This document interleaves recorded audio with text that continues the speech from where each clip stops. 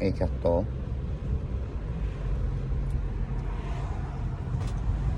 Çok gaz verme. Çok gaz verme. Yani güzel. Düz.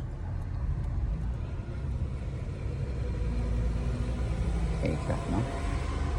Ehtiyatla. Hı-hı. Böyle bir şey trener mənə. Hə. Təlimçi sənsən, biz şagirdlərik. Öyrədirəm sizi. Burada belə qazdan getmək lazımdır. Döngə bək sürətlə girmək olmaz. Paylaşacaqsın. Dön. Qəşəng olsa paylaşacaqsın. Baxarsan da reaksiya verərsən. Gör, özün bəyənsən, paylaşaram. Sən o sözlər düşməyəcək. Buna görə muska qoyun. Burada minujni sözlər danışılır. Bəncə də.